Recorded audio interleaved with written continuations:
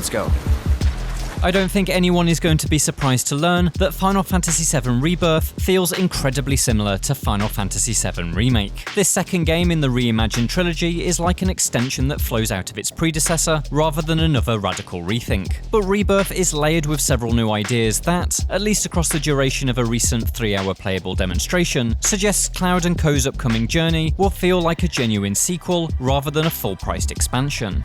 Pleasure to see y'all again. During the hands-on demo, I was able to play through the first 2 chapters of Final Fantasy VII Rebirth. The opening section recreates the Nibelheim incident flashback from the original game, an important slice of Sephiroth's backstory that reveals the main reason for his villainy. This scenario plays out more or less identically to what you remember of Remake, a linear trek through a simple environment, elevated by exceptional combat and character work. I like this structure in Remake, and I still like it in Rebirth.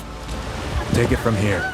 It was in Chapter 2, though, that Rebirth begins to show how things have changed. Freed from the restrictive streets and corridors of Midgar, your party is set loose in a large open world of rolling grasslands and towering trees. The demo did not make it clear if the continent is made up of large segmented zones or if it is a genuine, seamless open world, but what I can say is that the sizable region in this demo chapter feels much more expansive and authentically natural than the area seen in last year's Final Fantasy XVI. These zones initially feel somewhat empty, but that is soon changed after discovering and activating a scattering of Remnaware towers. Following open world tradition, these towers plot a variety of activities on your map that can be undertaken as distractions from the main storyline. I unfortunately didn't have enough time to fully dig into these side tasks, but they include hunt-style battles and item salvaging. I'm left with the impression that these mini-quests won't be Rebirth's most compelling feature, but hopefully they will be an improvement upon both Remake and FF16's monotonous side stories.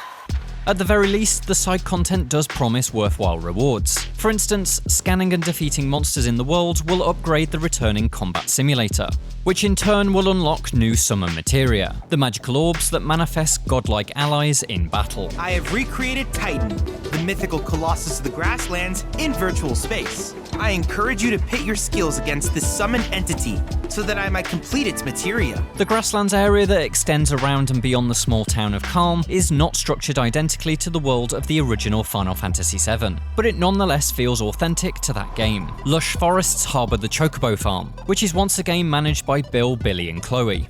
Push onwards, and the verdant grass gives way to gloomier swamplands that are terrorised by the monstrous Midgard Soma, the renamed but still infamous Midgar Zolom snake.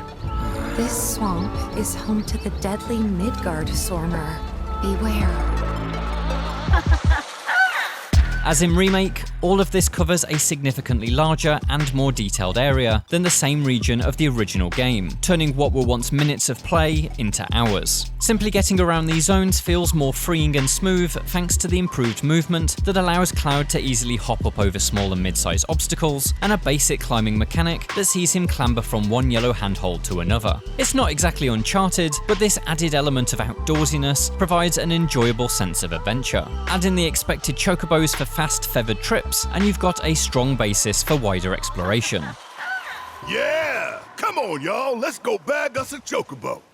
Of course, those wide open zones are home to more than just trees and flowers. There's plenty of enemies roaming the world, and Remake's exceptional combat returns. This time around you have the full freedom to arrange your party how you wish, choosing a trio from your recruited pals. You can put together 3 different parties and switch between them on the fly while exploring, allowing you to have pre-arranged setups for different scenarios. Spotted a large beast in need of a battering? Get your melee-focused Cloud, Tifa and Red 13 party ready and dive in. Are flying monsters lurking in the skies ahead? Just cycle to your ranged Cloud Barrett Aerith team and you're good to go. Red 13 is now a fully playable companion, acting as an agile attacker who can build up combos of claw swipes. He also has a vengeance gauge, which builds with every successful block and can eventually be triggered to boost his attack power and dodge speed. But a new character isn't the only added layer to combat. Alongside the character combo synergy abilities, which return in an enhanced form from Remake's Intermission DLC, there's now a whole skill tree system that allows you to build out a character's strengths beyond just their materia choices. Remake felt like a sweet spot for Final Fantasy combat and character crafting, so it remains to be seen if Rebirth has perhaps overloaded it with too many extras. But right now I like what I've sampled, and I'm excited to learn its tactical depth and breadth. I'll see what I can do. Thanks so much, Kupo! While shocking stabbings, amazing airships and weird weapons is what the original Final Fantasy VII is best remembered for, one of my favourite things about the PS1 classic is its variety of goofy minigames. Remake established the new trilogy's dedication to that eclectic variety of gameplay types, with things like the motorbike chase and Honey Bee Inn dance number, and I'm pleased to see Rebirth has a whole new slate of weird oddities to entertain us. A collectible card game called Queen's Blood, in which you lay cards in a trio of lanes in an attempt to claim the highest score, hopes to steal the hearts of Triple Triad fans. Out in the fields, you must outwit chocobos in a humorous stealth sequence that has you weaving between patches of long grass and throwing rocks as distractions. Keep it down. When you're on the hunt, you don't want to startle your prey.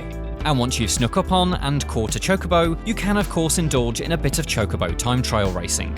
None of these activities are pinnacles of gameplay design, but that's not the point. The weird diversions from the standard explore fight upgrade loop was what made the original Final Fantasy VII so flavourful, and I'm pleased Square Enix recognises that. Not all of the new experiments land though. I'm hoping the one where you push a slow, heavy vacuum around to suck up toxic Mako fumes is a one and done.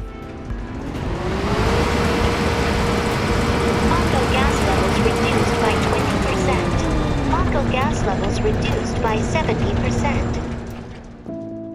While it's great to see things return, this trilogy is also defined by what it changes. By and large, this demo was relatively restrained in regards to alterations to the original story beats. Chapter 1 is a faithful recreation of the climb up Mount Nibble, aside from it now being the home of the Materia Keeper battle. You're also in direct control of Sephiroth too, who has a suitably devastating moveset with a very cool parry system. It's in Chapter 2 that I found a bigger story shift, as Shinra soldiers parachuted into Calm in Hunt of Avalanche, forcing the gang to flee out into the grasslands. This adds much more tension to what was previously a very low-key period of the original game, with Cloud having to creep along elevated platforms to avoid capture. They turn up yet? No, but we're still searching buildings. Well, search harder. We gotta find them. Sadly, there's no use of genuine stealth mechanics here. There's no way to be caught or mess up, so the tension is simply narrative rather than systemic. But as far as the story goes, it's nonetheless a fun new minor wrinkle in a tale many of us know incredibly well.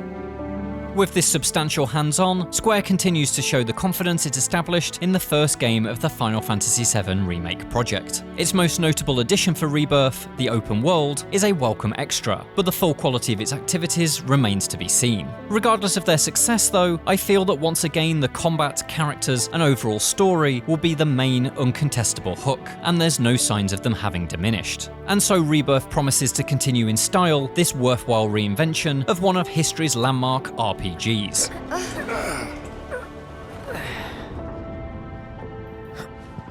For more from Final Fantasy VII Rebirth, check out our scene comparison, and for everything else, stick with IGN.